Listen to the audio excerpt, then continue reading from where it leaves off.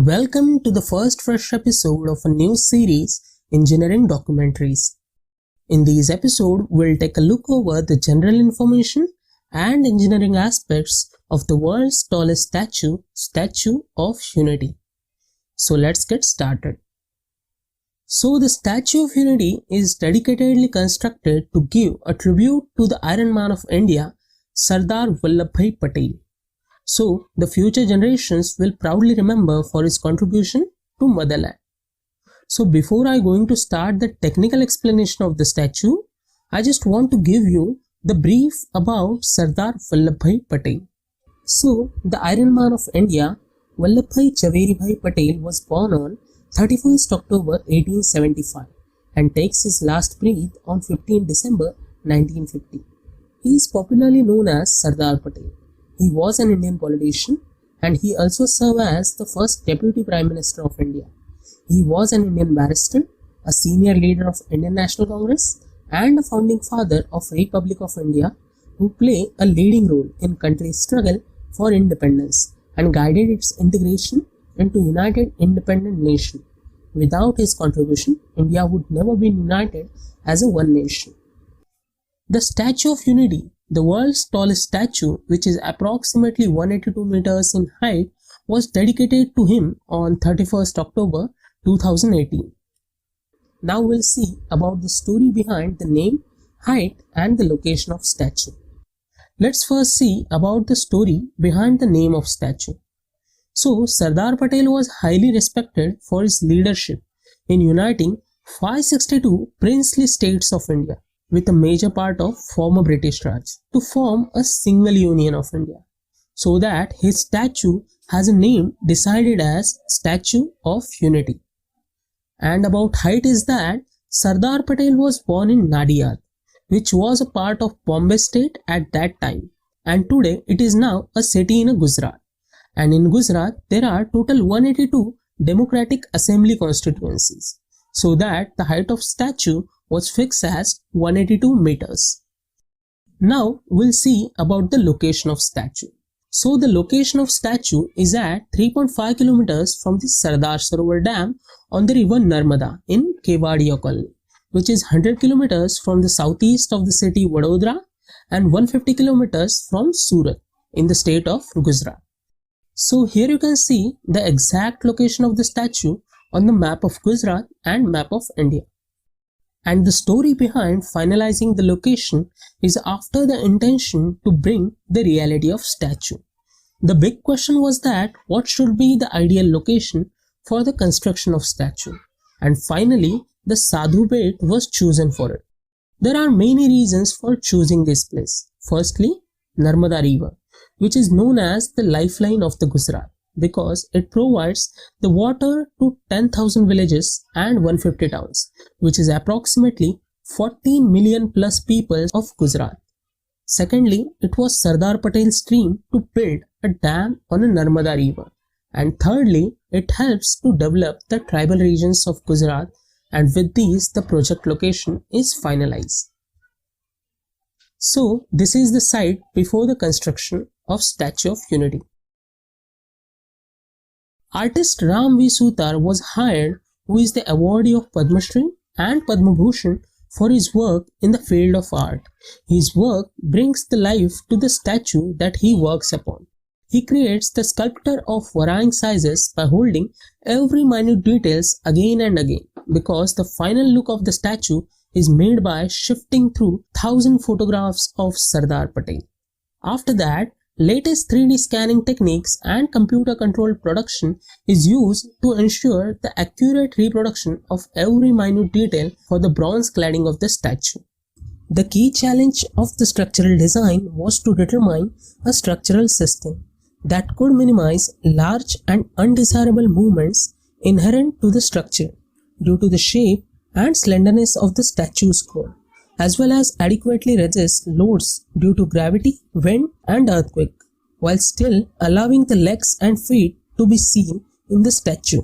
So after considering various options, the system chosen, which is comprising of two semi-jointed cylindrical composite concrete cores surrounded by the structural steel space frame to support the exterior cladding. the structural steel space frame will attach and to hang from this cylindrical concrete cores. So here you can see the thickness of internal core wall with respect to the statue's height, wherein the podium levels the cores will be connected to the wing walls to distribute the gravity and lateral loads to the foundation mat. So as it is a huge project, so to consider the safety and serviceability of structural design, various international codes taken into the consideration, whereas the structural design was carried out in accordance with relevant Indian standards and in comparison with international standards, including but not limited to IS 875-1987, which provides guidelines for consideration of gravity loads, wind loads, IS 1893-2002, which provides guidelines for earthquake resistant design, IS 456-2000, which is a concrete design code, IBC 2009, which is an international building code, ASC 710, which provides guidelines for consideration of loads as per American Society of Civil Engineers, ACI 31808 is a code for concrete design as per American Concrete Institute, AISC 32505, which is a steel construction manual by American Institute of Steel Construction, as well as the reference of the British standard BS 7543 for the durability consideration and Australian New Zealand standard AS NZS 1170 Part 2 2002 for consideration of permeable cladding for the structure are used. For the wind load determination, although independent of the final design and wind tunnel analysis, the initial analysis results demonstrated that wind loading and not seismic actions govern the lateral design of the statue. So now let's see the design parameters for wind load, which considered as per IS 875 Part 3 1987. So basically wind load depends on various factors. So now we'll look over that factors. Basic wind speed as 50 meter per second for Gujarat coastal zones, probability factor as 1 for general structure, terrain factor as 1.27 as per terrain category and class of the structure, whereas here the terrain is under category 2, that is open terrain with well scattered obstructions having the height generally in between 1.5 to 10 meters, and the class of structure is C because structure and their components such as cladding, glazing, roofing, etc. having maximum dimension that is greatest horizontal or vertical dimension is greater than 50 meter, and topography factor as 1 because terrain slope is less than 3 degree. As per Indian standard IS 1893-2002, the statue's site is regarded as moderate seismicity region and is specified as Zone 3. Also additionally, the initial geotechnical and seismic hazard assessment classifies the IS seismicity zone as 3. However, the following Code Plus 1 philosophy, a zone factor of 4, have been conservatively incorporated into the design of the statue. Whereas the key seismic load design parameters are as shown in the table. Seismic zone adopted as Zone 4, that is as per the Code Plus 1 philosophy, so that zone factor as 0.24 and the importance factor is considered as 1.5. Type of soil as type 1 for hard soil and response reduction factor R as 3 for ordinary RC shear wall lateral system.